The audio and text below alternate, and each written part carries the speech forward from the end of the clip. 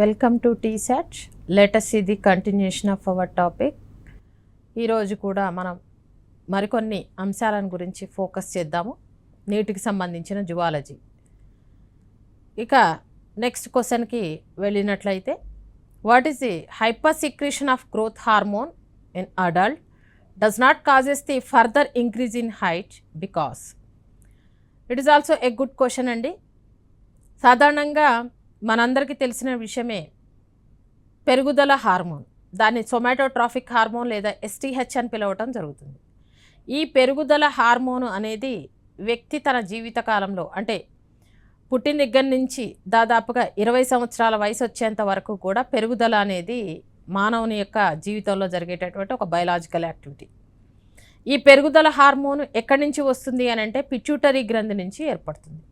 Pituitary గ్రంథి యొక్క ఎడినోహైపోఫైసిస్ పూర్వలంబిక నుంచి మనకి ఈ పెరుగుదల హార్మోన్ ఏర్పడుతుంది. ఇంతకుముందు కూడా మనం చెప్పుకున్నాం, పెరుగుదల హార్మోన్ పిట్యూటరీ గ్రంథి పూర్వలంబికను ఎడినోహైపోఫైసిస్ అంటాం. దీని నుంచి 6 రకాల హార్మోన్లు ఏర్పడుతున్నాయి. పిట్యూటరీ గ్రంథి యొక్క పరలంబికను న్యూరోహైపోఫైసిస్ అంటాం. దీని నుంచి 2 రకాల హార్మోన్లు ఏర్పడతాయి. వాటిలో ఒకటి పిట్యూటరీ పరలంబిక నుంచి ఏర్పడేది oxytocin and ADH or vasopressin. ఇక ఇప్పుడు పిట్యూటరీ యొక్క పూర్వలంబిక నుంచి వచ్చేటటువంటి పెరుగుదల హార్మోను అడల్ట్ హ్యూమన్ బీయింగ్స్, ప్రౌఢ జీవుల్లో ఎత్తు పెరగడానికి ఉపయోగపడదు ఎందుకు అని ఇక్కడ ప్రశ్న అడగడం జరిగింది. మీరందరూ కూడా జువాలజీ సెకండ్ ఇయర్లో చదువుకునే ఉన్నారు. ఎందుకు అని అంటే క్వశ్చన్ చాలా బాగుంది. మనకి దానికి రీజన్స్ ఏంటి అనేటటువంటి తెలుసుకున్నప్పుడు మాత్రమే పర్ఫెక్ట్గా ఆన్సర్ని చేయగలుగుతున్నాం. First option is, let us see the options. Epiphyseal plates close after adolescence. B. Bones lose their sensitivity to growth hormone in adults. C. Muscle fibers do not grow in size after birth. D. Growth hormone becomes inactive in adults. ఈ 4 ఆప్షన్స్లో correct అయినటువంటి answer ఏది అని మనం ఒకసారి analysis చేయాల్సిన అవసరం ఉంది. ఫస్ట్ ఆప్షన్స్ చూద్దామండి. Epiphyseal plates close after adolescence. Adolescence అంటే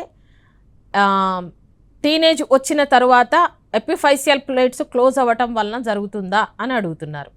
గ్రోత్ ఆగిపోతుందా? ఎపిఫైసియల్ ప్లేట్స్ అంటే అర్థం ఏంటి అంటే, ప్రతి ఎముక యొక్క చివరి భాగాన్ని డయాఫైసిస్ అంటాం. ఈ డయాఫైసిస్ యొక్క చివరి భాగంలో మనకు ప్రత్యేకమైనటువంటి నిర్మాణాలు ఉంటాయి. వాటిని ఎపిఫైసియల్ ప్లేట్స్ అంటాం. ఈ ఎపిఫైసియల్ ప్లేట్స్ అనేటటువంటిది పెరుగుదల జరగడానికి ఉపయోగపడేటటువంటి భాగాలు. ఎముకలు పొడవు పెరగాలి అంటే ఎపిఫైసియల్ ప్లేట్లోనే పొడవును పెరుగుతూ ఉంటాయి. సో ఈ ఎపిఫైసియల్ ప్లేట్స్ అనేటటువంటివి క్లోజ్ అవ్వటం వల్ల పెరుగుదల జరగదా అని ఆగిపోతుంది అనేది first option. Second option is the bones lose their sensitivity to growth hormone in adult. Growth hormone వల్ల బోన్స్ అనేవి పెళుసుగా మారటం వల్ల పెరుగుదల ఆగిపోతుంది అనేది second option. Third one, muscle fibres they do not grow in size after birth.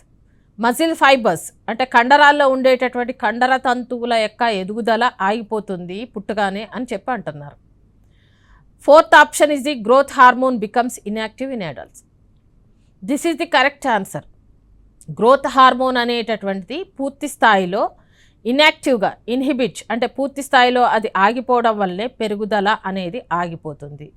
At the same time epiphyseal plates కూడా ఏమవుతున్నాయి, అవి కూడా ఇన్యాక్టివ్గా మారి క్లోజ్ అవ్వటం అనేది జరుగుతుంది. కాబట్టి ఈ రకంగా పెరుగుదల హార్మోను అనేది ప్రౌఢ జీవులలో పొడవు పెరగడానికి ఉపయోగపడటం లేదు. కారణం పెరుగుదల హార్మోన్ ఇన్యాక్టివ్ అవ్వటం. Fourth option and first option. Next let us see the next one. The 24 diurnal rhythm of our body such as the deep wake cycle is regulated by the which hormone? మరొక హార్మోన్కి సంబంధించినటువంటి question అండి. ఇక్కడ మన శరీరంలో biological activities అనేవి regulate చేయబడేటటువంటి hormone ఏది అని అడుగుతున్నారు. 24 hours rhythm for the body. A biological clock is present internally in our body. It is regulated by the rhythmically. The hormone name the hormone which regulates this biological clock. ప్రతి జీవి యొక్క శరీరంలో జీవ గడియారం అనేది ఉంటుంది. ఈ జీవ గడియారాన్ని నియంత్రించే హార్మోన్ ఈ క్రింది వాటిలో ఏది ప్రశ్న. మనం ఆప్షన్స్ చూద్దామండి. మొదటిది calcitonin, second one prolactin, third one is the adrenaline, fourth one is the melatonin. Options చూసినట్లయితే ఫస్ట్ వన్ క్యాల్సిటోనిన్. క్యాల్సిటోనిన్ అనేటటువంటిది హార్మోను పారాథైరాయిడ్ గ్రంథి నుంచి ఏర్పడుతుంది. క్యాల్సిటోనిన్ అనే హార్మోను రక్తంలో కాల్షియం స్థాయిని నియంత్రిస్తుంది. అంతే తప్ప దానికి ఈ బయలాజికల్ క్లాక్కు ఎటువంటి సంబంధం లేదు. So it is not a answer. Second one prolactin. Prolactin is the hormone which is related with the female reproductive system. స్త్రీ ప్రత్యుత్పత్తి వ్యవస్థతో సంబంధం ఉన్నటువంటి హార్మోను ప్రోలాక్టిన్. ప్రోలాక్టిన్ హార్మోన్ వలన మనకి దీన్ని ల్యూటినైజింగ్ హార్మోన్ అని కూడా పిలుస్తాం. ఇది పాల ఉత్పత్తికి సంబంధించినటువంటి హార్మోన్. బిడ్డ ప్రసవించిన తర్వాత తల్లి పాల ఉత్పత్తి కోసం ఉపయోగపడే హార్మోన్ ఇది. Third one is the adrenal gland. Adrenaline. Adrenaline is the hormone which is secreted by the adrenal gland during the some situations. It increases the heartbeat and it also increases the muscle activity. It doesn't related with our 24-hour diurnal rhythmic activities or biological activities. Fourth one is the melatonin. Melatonin is the hormone which regulates the diurnal rhythm of the body. ఇది మన యొక్క answer అండి. Fourth answer మన ద్వారగోర్ధం యొక్క పై భాగాన్ని అధోపర్యంకం అంటాం. దాన్నే ఏమంటాము, ఎపిథాలమస్ అంటాం. ఎపిథాలమస్ యొక్క పై భాగంలో పీనియల్ గ్రంథి అనేటటువంటిది ఒక గ్రంథి ఉంటుంది. దాని నుంచి మెలటోనిన్ అనేటటువంటి హార్మోన్ ఉత్పత్తి అవుతుంది. ఈ మెలటోనిన్ అనేటటువంటి హార్మోను మన శరీరంలో జరిగేటటువంటి అన్ని రకాలైనటువంటి జీవక్రియలను నియంత్రిస్తుంది. అంటే 24 hours డయూర్నల్ రిథమ్స్ని, బయలాజికల్ క్లాక్ని రెగ్యులేట్ చేస్తుంది. ఈ హార్మోను శరీర ఉష్ణోగ్రతను క్రమపరుస్తుంది. అలాగే స్త్రీజీవులలో మెన్స్ట్రువల్ సైకిల్ని కూడా నియంత్రించేటటువంటి హార్మోను. మనకి నిద్ర రావడానికి కూడా కారణం ఈ హార్మోన్. ఒక రకంగా మన శరీరంలో రెగ్యులర్గా జరిగేటటువంటి అన్ని రకాలైనటువంటి యాక్టివిటీస్ని రెగ్యులేట్ చేసేటటువంటి హార్మోను మెలటోనిన్. కాబట్టి మన ఆన్సర్ మెలటోనిన్ అండి. Next second one, the blood calcium level is lowered by the deficiency of which hormone. సాధారణంగా రక్తం లోపల మనకి కాల్షియం ఉంటుంది ఎక్కువగా. కాల్షియం అయాన్స్ అనేటటువంటివి మనకి మజిల్ కాంట్రాక్షన్ జరగడానికి ఉపయోగపడుతూ ఉంటుంది. ఈ కాల్షియం అయాన్లు కండరాల పటుత్వానికి, ఎముకల పటుత్వానికి చాలా ముఖ్యమైనవి. మరి కాల్షియం అయాన్ల యొక్క లెవెల్ అంటే ఎంత స్థాయిలో కాల్షియం అయాన్లు ఉండాలి అని నియంత్రించేటటువంటి హార్మోన్లు ఈ క్రింది వానిలో ఏది అని చెప్పి మనకి ఇక్కడ క్వశ్చన్ అడగడం జరిగింది. Let us see that one. Both the calcitonin and parathormone hormone. Next one calcitonin hormone. Next one parathormone hormone. Fourth one thyroxine hormone. సాధారణంగా మనం ఆప్షన్స్ని పరిశీలించి చూసినట్లయితే పారాథైరాయిడ్ గ్రంథి నుంచి 2 రకాల హార్మోన్లు వస్తాయి. ఒకటి క్యాల్సిటోనిన్, రెండోది పారాథార్మోన్. ఈ క్యాల్సిటోనిన్, పారాథార్మోన్ అనే 2 హార్మోన్లు రక్తంలో కాల్షియం యొక్క స్థాయిని నియంత్రిస్తాయి. ఒక హార్మోన్ పెంచితే మరొక హార్మోన్ తగ్గిస్తుంది. అంటే ఎంత స్థాయిలో కాల్షియం ఉండాలని రెగ్యులేట్ చేసే hormone calcitonin and parathormone. Hour answer is the calcitonin and parathormone is the correct answer for the to regulate the calcium level in the blood. Next, mineral found in red pigment of the vertebrate blood is. ఈ క్రింది వాటిలో ఏ రకమైనటువంటి mineral అనేది మన యొక్క రక్తం లోపల ఉంటుంది, అంటే సకశేరుకాల యొక్క రక్తంలో ఉంటుంది. ఇది రెడ్ పిగ్మెంట్ అంటే ఒక వర్ణకం. ఆ వర్ణకంలో ఉండేటటువంటి మూలకం ఏంటి, ఈ క్రింది వాటిలలో ఉన్న మూలకం ఏంటి అని చెప్పి ప్రశ్న అడగడం జరిగింది. ఒకటి మెగ్నీషియం, రెండవది ఐరన్, మూడవది కాల్షియం, నాలుగవది కాపర్. సాధారణంగా మనం పరిశీలించి చూసినట్లయితే సకశేరుకాల యొక్క రక్తము అంటే చేపలు, ఉభయచరాలు, సరీసృపాలు, పక్షులు, క్షీరదాలు, ఈ సకశేరుకాలన్నింటిలో కూడా రక్తము ఎరుపు రంగులో ఉండటానికి కారణము హిమోగ్లోబిన్ అనేటటువంటి శ్వాసవర్ణకం ఉండటం. హిమోగ్లోబిన్ అనేటటువంటి శ్వాసవర్ణకం లోపల మనం పరిశీలించి చూసినట్లయితే ఒక మూలకం ఉంటుంది. అది ఏంటండి, మనందరికీ తెలిసిందే, iron. So our answer is the iron. Iron అనేటటువంటి శ్వాసవర్ణకం ఉండటం వల్లే రక్తం ఎరుపు రంగులో ఉంటుంది. మెగ్నీషియం, కాల్షియం, కాపర్ అనేటటువంటి మూలకాలు ఏ విధంగానూ ఉపయోగపడవు. Next, histamine secreting cells are found in. మరొక ముఖ్యమైనటువంటి క్వశ్చన్ అడగడం జరిగింది. ఇది టిష్యూస్కి సంబంధించినటువంటి టాపిక్ అండి.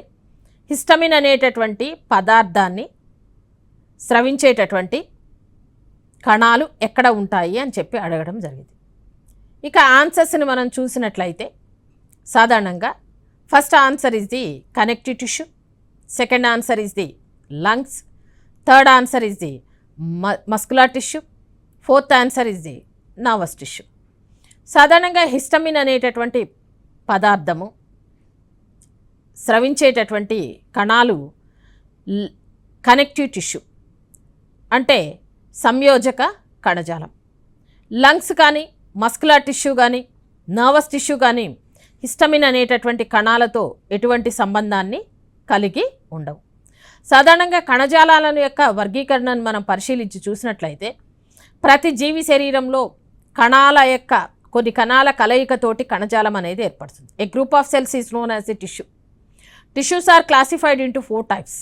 One is the epithelial tissue, second one is the connective tissue, third one is the muscular tissue, fourth one is known as the nervous tissue.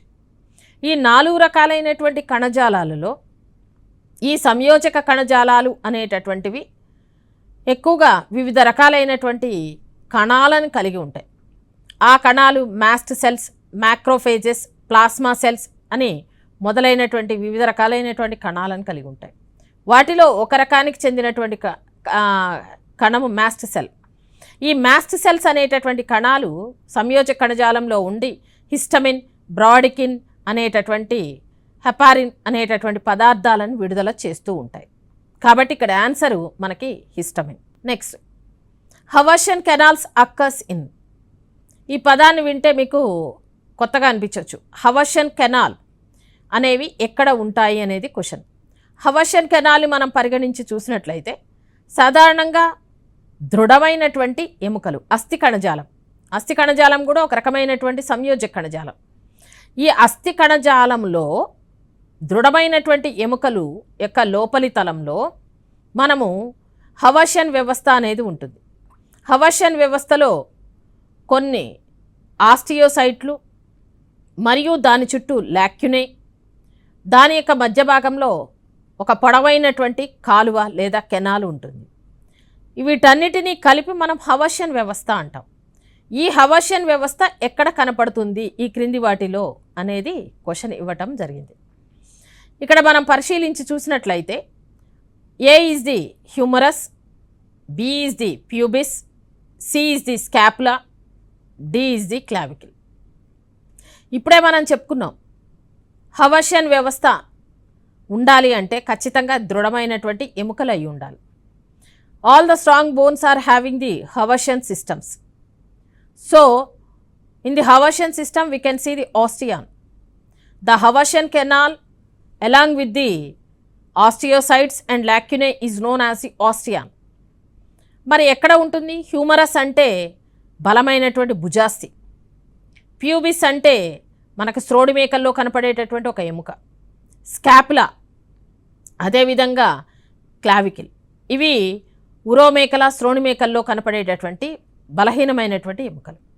So దృఢమైనటువంటి ఎముకగా పరిగణించేటటువంటి humorous లేదా భుజాస్థి లోపల మనకి ఈ హవర్షన్ కెనాల్ అనేటటువంటి నిర్మాణాలు కనపడటానికి అత్యధికంగా అవకాశం ఉన్నాయి. మన యొక్క answer humerus. An epithelial tissue which has the flat cells arranged edge to edge so as it to appear like closely packed tiles is found to be present edge. ఈ రకమైనటువంటి కణజాలమే ఎక్కడ ఉంటుంది? క్వశ్చన్ చాలా వెరైటీగా ఉంది. ఏమన్నారు? Epithelial tissue. సాధారణంగా epithelial tissue అంటే ఉపకళా కణజాలం. ఈ ఉపకళా కణజాలంలో ఫ్లాట్గా ఉండే సెల్స్, అంటే బల్లపరుపుగా ఉండే కణాలు ఉన్నాయంట. ఎడ్జ్ టు ఎడ్జ్ అమర్చబడి ఉన్నాయి, ఒకదాని పక్కన ఒకటి ఫలకాలు టైల్స్ మాదిరిగా అమర్చబడి ఉన్నాయి, క్లోజ్లీ ప్యాక్డ్ టైల్స్. మరి ఇటువంటి కణజాలము ఎక్కడ ఉండటానికి అవకాశం ఉన్నది అని చెప్పి అడగటం జరిగింది. అంటే మనం ఇక్కడ గమనించాలి, ఈ రకమైనటువంటి కణజాలాన్ని అసలు ఏమంటాం? ఫలకాల మాదిరిగా అమర్చబడి ఒకదాని పక్కన ఒకటి అమర్చబడి ఒక బేస్మెంట్ మెంబ్రెయిన్ ఉన్నటువంటి కణజాలము అన్నీ మొదటి రకము కణజాలంగా పరిగణిస్తాం. దీన్ని సింపుల్ ఎపిథీలియల్ టిష్యూ అని పిలుస్తాం. ఈ సింపుల్ ఎపిథీలియల్ టిష్యూస్ అన్నీ కూడా ఎప్పుడు కూడా ఆర్గాన్స్ యొక్క ఎక్స్టర్నల్ ఏరియాస్ని కవర్ చేస్తూ ఉంటాయి. కుహరాల లోపల, అవయవాల వెలుపల వైపున ఎక్కువగా ఉండేటటువంటి కణజాలమే ఉపకళా కణజాలం, సింపుల్ ఎపిథీలియల్ టిష్యూ. ఆ తర్వాత మనకు వచ్చేది కనెక్టివ్ టిష్యూ, సంయోజక కణజాలం. సంయోజక కణజాలంలో కణాలు కొద్దిగా ఏమంటారు, దూరంగా అమర్చబడి ఉంటాయి. కణాల మధ్యలో మాత్రిక అనేది ఉండి ఒక రకంగా అది వదులు కణజాలం మాదిరిగా ఉంటుంది. సో ఇక్కడ మనం ఒక విషయాన్ని ఐడెంటిఫై చేయొచ్చు. ఎపిథీలియల్ టిష్యూ అనేటటువంటిది సాధారణంగా అవయవాల యొక్క లోపలి తలంలోనూ వెలుపలి తలంలోనూ ఉంటుంది అనేది ఒక ఐడియా మనకు వచ్చేసింది. సో ఇక్కడ మనకు ఆన్సర్ ఏదై ఉంటుందో ఒకసారి మనము చెక్ చేసుకుందాం. సాధారణంగా first option is the outer surface of ovary, second option is the inner lining of the Fallopian tube, third option is the inner lining of the stomach, next one fourth option is the inner lining of the cheeks. వీటిలో ఎక్కడ simple epithelial tissue అనేటటువంటిది ఉంటుంది అనేది పరిశీలించుద్దాం. మొదటగా outer surface of the ovary. As we know that one, epithelial tissues covers on the outer surface and inner region of the organs. So outer surface of the ovary is also a answer for this one. Inner lining of the fallopian tubules. As we know that one, the fallopian tubules are internally lined up by the ciliated columnar epithelial tissue. Next one, inner lining of the stomach. Inner lining of the stomach is internally lined up by the non-ciliated columnar epithelial tissue. So B and C are the wrong answers. Next one, fourth option is the inner lining of the cheeks. The inner lining of the cheeks is the correct answer for our question. అంటే లోపల ఆస్యకుహరం యొక్క లోపలి తలం లోపల, cheeks అంటే మీరు వేరేగా అనుకుంటారేమో, ఆస్యకుహరం బక్కల క్యావిటీ లేదా ఆస్యకుహరం యొక్క లోపలి తలము ఆవరించబడినటువంటి కణజాలాన్ని మనము ఎపిథీలియల్ టిష్యూగా పరిగణిస్తూ ఉన్నాం. కాబట్టి fourth one and first one is the correct answer for our question. Stratum germinativum is an example of the which kind of epithelium? Stratum germinativum అనేటటువంటిది ఏ రకానికి చెందినటువంటి ఎపిథీలియల్ టిష్యూగా పరిగణించబడుతూ ఉంది. ఈ రకమైనటువంటి కణజాలాన్ని ఈ క్రింది వాటిలో ఏ రకమైనటువంటి కణజాలంగా పరిగణిస్తాము? సో మనము ఆప్షన్స్ని పరిశీలించి చూసినట్లయితే, కాలుమినార్ టిష్యూ అంటే స్తంభాకార ఉపకళా కణజాలమా, స్క్వామస్ టిష్యూ స్థరిత కణజాలమా, సి క్యూబాయిడల్ టిష్యూ ఘనాకార ఉపకళ, ఫోర్త్ వన్ సీలియేటెడ్ టిష్యూ శైలికామయ ఉపకళా కణజాలమా తెలుసుకోవాలి. స్ట్రాటమ్ జెర్మినేటమ్ అనేటటువంటిది ఎక్స్టర్నల్ సర్ఫేస్ను ఆవరించి ఉండేటటువంటి ఎపిడర్మిస్ పైన ఉండేటటువంటి కణజాలపు పొరను మనం స్ట్రాటమ్ జెర్మినేటమ్ అని పిలవటం జరుగుతుంది. కాబట్టి ఇక్కడ ఉండేటటువంటి కణజాలం ఏదై ఉంటుందో ఒకసారి ఆలోచిద్దాం. కాలుమినార్ ఎపిథీలియల్ టిష్యూ స్తంభాకార ఉపకళా కణజాలమా? కాదు, అవడానికి అవకాశం లేదు. స్క్వామస్ ఎపిథీలియల్ టిష్యూ నో, ఈ స్క్వామస్ ఎపిథీలియల్ టిష్యూ కూడా అవడానికి ఎక్కడా కూడా అవకాశం లేదు. మూడో option cuboidal epithelial tissue. Cuboidal epithelial tissue అంటే ఘనాకార ఉపకళా కణజాలం. ఘనాకార ఉపకళా కణజాలం స్ట్రాటమ్ జెర్మినేటమ్ని ఏర్పరుస్తూ ఉంటుంది, ఎపిడర్మిస్ యొక్క భాగంలో ఉంటుంది. కాబట్టి correct answer is the cuboidal tissue. Fourth one ciliated. జనరల్గా సీలియేటెడ్ ఎపిథీలియల్ టిష్యూ ఇంతకుముందు ఉన్నటువంటి ప్రీవియస్ క్లాసెస్లో మనం చెప్పుకోవడం జరిగింది. ఓవరీలో ఉన్నటువంటి ఫాలోపియన్ ట్యూబ్యూల్స్లో, అలాగే మనకు బ్రాంక్యూల్స్ శ్వాస నాళికల లోపల ఈ రకమైనటువంటి కణజాలం ఉండి పదార్థాలను ఒక చోటు నుంచి మరొక చోటికి పంపించడానికి ఉపయోగపడేటటువంటి కణజాలంగా మనం దీనిని పరిగణిస్తూ ఉంటాం. So answer is the cuboidal epithelial tissue. Next, in mammals the histamine is secreted by the which cells? చాలా ఇంట్రెస్టింగ్ క్వశ్చన్ అండి ఇది. హిస్టమిన్ అనేటటువంటి పదార్థము ఏ కణాల నుంచి ఏర్పడుతుంది? ఈ క్రింది వాటిలో ఏ కణాల నుంచి ఏర్పడుతుంది అనేది question. A lymphocytes, B mast cells, C fibroblast cells, D histiocytes. వీటిలో ఒక్కొక్క దాని గురించి మనం పరిశీలించుద్దాం. సాధారణంగా లింఫోసైట్స్ మనం పరిశీలించి చూసినట్లయితే సాధారణంగా లింఫోసైట్స్ అనేటటువంటి రెండు రకాలుగా ఉంటాయి. ఒకటి టీ లింఫోసైట్లు, రెండవది బి లింఫోసైట్లు.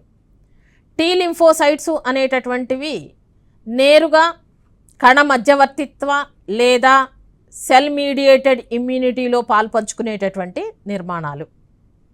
అంటే ఈ కణాలు ఏదైనా ఒక పరాన్నజీవి యాంటీజెన్ మన శరీరంలోనికి ప్రవేశించినప్పుడు నేరుగా అటాక్ చేయటం జరుగుతుంది. మొన్న కరోనా వైరస్ వచ్చింది. కరోనా వైరస్ వలన ఎక్కువగా ఇది వైరస్ మన శరీరంలో epithelial layer of the inner lining of the lungs, అంటే ఊపిరితిత్తుల యొక్క లోపల ఉన్నటువంటి ఎక్కడైతే ఎక్స్చేంజ్ ఆఫ్ గ్యాసెస్ అంటే కార్బన్ డైఆక్సైడ్ ఆక్సిజన్ యొక్క వినిమయం జరుగుతూ ఉందో ఆ ప్రదేశాన్ని కరోనా వైరస్ నాశనం చేయడం జరిగింది. మనందరికీ తెలిసిన విషయమే కదా. Oxygen intake, carbon dioxide expelling and respiration అంటాం. ఊపిరితిత్తుల ద్వారా జరుగుతుంది. గాలి లోపలికి రావాలన్నా బయటికి వెళ్ళాలన్నా ఊపిరితిత్తుల్లో ఉన్నటువంటి ఎపిథీలియల్ సెల్స్ ద్వారానే జరుగుతుంది. ఆ ప్రదేశంలో ఈ వైరస్ వెళ్ళి, కరోనా వైరస్ వెళ్ళి కూర్చొని ఆ కణజాలాన్ని నాశనం చేయటం వల్ల ఊపిరితిత్తులు దెబ్బతినటం వల్ల మరణించడం జరిగింది. ఈ లింఫోసైట్స్ అనేవి ఏదైనా ఒక యాంటీజెన్ వచ్చినప్పుడు ఎక్కువగా వైరల్ ఇన్ఫెక్షన్స్ని ఎదుర్కోవడానికి ఉపయోగపడేటటువంటి కణాలు టీ లింఫోసైట్లు. నేరుగా ప్రతిజనకంతో అంటే వ్యాధిని కలగజేసేటటువంటి జీవితోటి పోరాడుతూ ఉంటాయి. మరి నెక్స్ట్ రకానికి, రెండవ రకానికి చెందింది ఏంటి అంటే బి లింఫోసైట్స్. బి లింఫోసైట్స్ని మనం పరిశీలించి చూసినట్లయితే సాధారణంగా బి లింఫోసైట్స్ అనేటటువంటివి హ్యూమోరల్ ఇమ్యూనిటీలో పార్టిసిపేట్ చేస్తాయి. హ్యూమోరల్ ఇమ్యూనిటీ అంటే అర్థం ఏంటి? ఏదైనా ఒక ప్రతిజనకం మానవుని శరీరంలోనికి ప్రవేశించినప్పుడు ఆ ప్రతిజనక సమర్పక కణాలు గుర్తించగానే వెంటనే ఈ బి లింఫోసైట్లు వాటిని నాశనం చేయటానికి కావలసినటువంటి ప్రతిదేహాలను ఉత్పత్తి చేస్తాయి. ప్రతిదేహాలు అంటే antibodies. The production of antibodies is takes place by the B lymphocytes. ఈ బి లింఫోసైట్స్ ద్వారా ఏర్పడినటువంటి ప్రతిదేహాలు మన శరీరంలోనికి వచ్చినటువంటి ప్రతిజనకాన్ని గుర్తించి వెంటనే వాటిని ఏమంటారు, డెస్ట్రాయ్ అంటే నాశనం చేయటం జరుగుతుంది. మరి ఈ విధంగా లింఫోసైట్స్ అనేటటువంటివి మనకు ఇమ్యూనిటీలో ఉపయోగపడుతూ ఉన్నాయి. వీటితో పాటుగా మోనోసైట్స్ కూడా ఉంటాయి. ఈ మోనోసైట్స్ అనేటటువంటివి కూడా వ్యాధి నిరోధక చర్యలలో పాలుపంచుకుంటాయి. ఎక్కువగా మోనోసైట్స్ అనేటటువంటివి ఏమంటాం, వాటిని ఫాగోసైట్స్గా పరిగణిస్తాం. ఫాగోసైట్స్ అంటే ఏదైనా ఒక ప్రతిజనకం వచ్చినప్పుడు ఆ ప్రతిజనకాన్ని ఎన్గల్ఫింగ్ అంటే దాన్ని తినివేయడానికి ప్రయత్నం చేసేటటువంటి కణాలు. కాబట్టి లింఫోసైట్స్ అనేటటువంటిది ఇక్కడ కరెక్ట్ ఆన్సర్ కాదండి. Second one mast cells. Mast cells అనేటటువంటి కణాలు సంయోజక కణజాలంలో మనకి 3 రకాల పదార్థాలను విడుదల చేస్తాయి. ఒకటి హిస్టమిన్, బ్రాడికిన్, దాంతోపాటుగా హెపారిన్ అనేటటువంటి పదార్థం. హెపారిన్ రక్తం లోపల రక్తం గడ్డగట్టకుండా ఉపయోగపడుతుంది. హిస్టమిన్, బ్రాడికిన్ ఇవి రెండు కూడా వాసోడైలేటర్స్గా ఉపయోగపడతాయి. వాసోడైలేటర్స్ అంటే అర్థం ఏంటండి అంటే రక్తకణ నాళాల విస్పారకాలు, which increases the enlarges the cavity of the blood vessels. కాబట్టి మనకి ఇక్కడ హిస్టమిన్ను స్రవించేటటువంటి కణాలు ఏంటి అంటే మాస్ట్ సెల్స్. ఫైబ్రోబ్లాస్ట్ సెల్స్ అంటే ఇవి ఒక రకమైనటువంటి తంతుయుత కణాలు. ఈ కణాలు ఎక్కడ ఎక్కువగా ఉంటాయి అని అంటే ఎడిపోస్ టిష్యూ, అంటే మనకు దాని ఏమంటారు కొవ్వు కణజాలంలో ఎక్కువగా ఉంటాయి.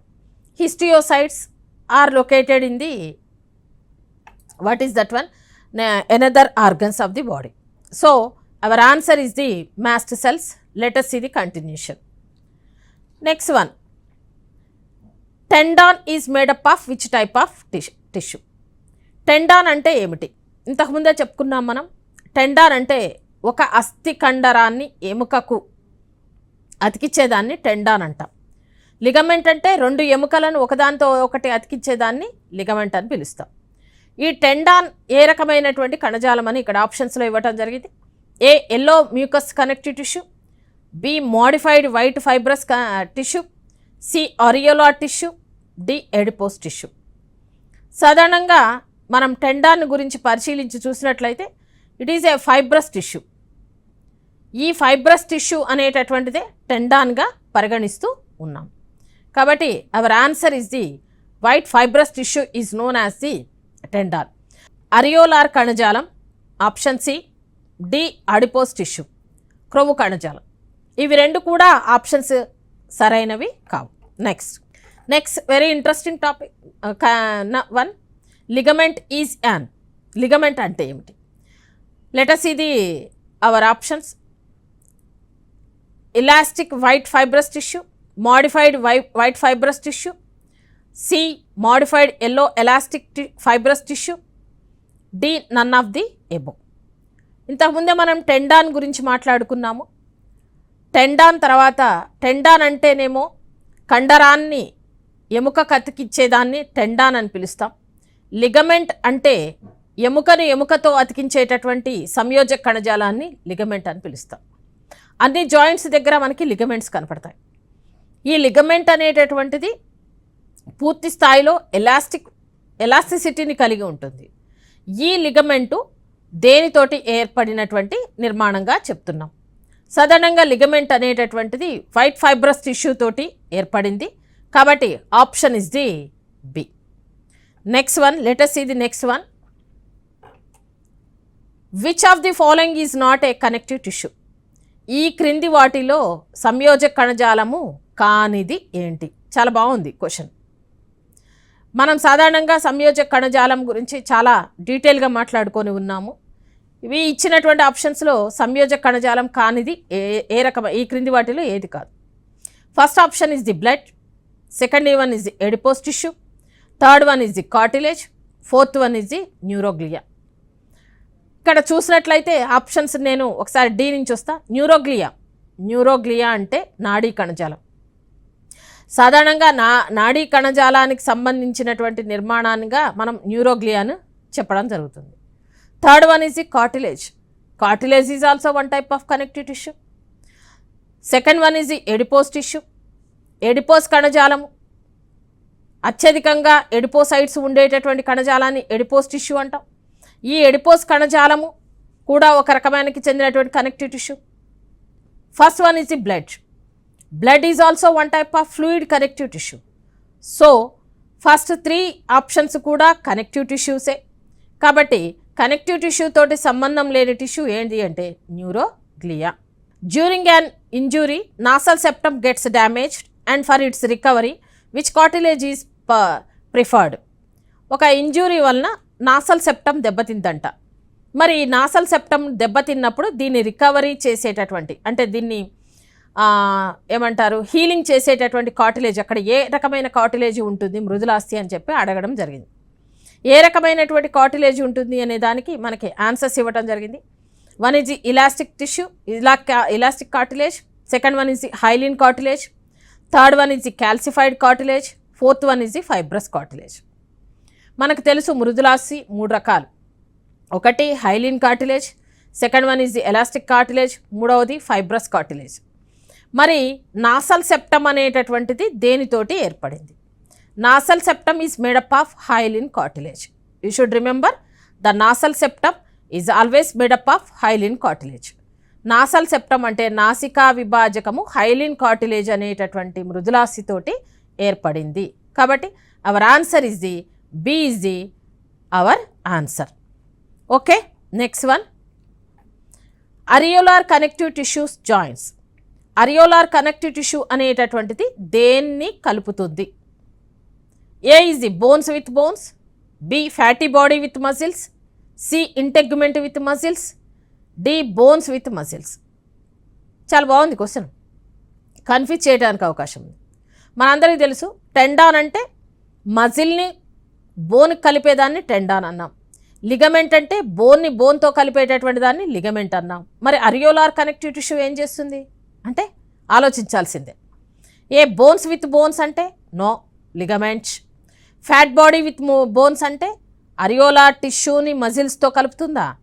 నో, ఇది కూడా ఆన్సర్ కాదండి. Integument with muscles, this is the correct answer.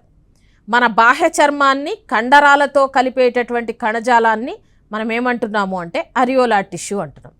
Bones with muscles, మళ్ళీ మనం బోన్స్ విత్ మజిల్స్ అంటే టెండాన్స్ అవుతాయి, అరియోలార్ కనెక్టివ్ టిష్యూ కాదు. So our answer is the integument with muscles.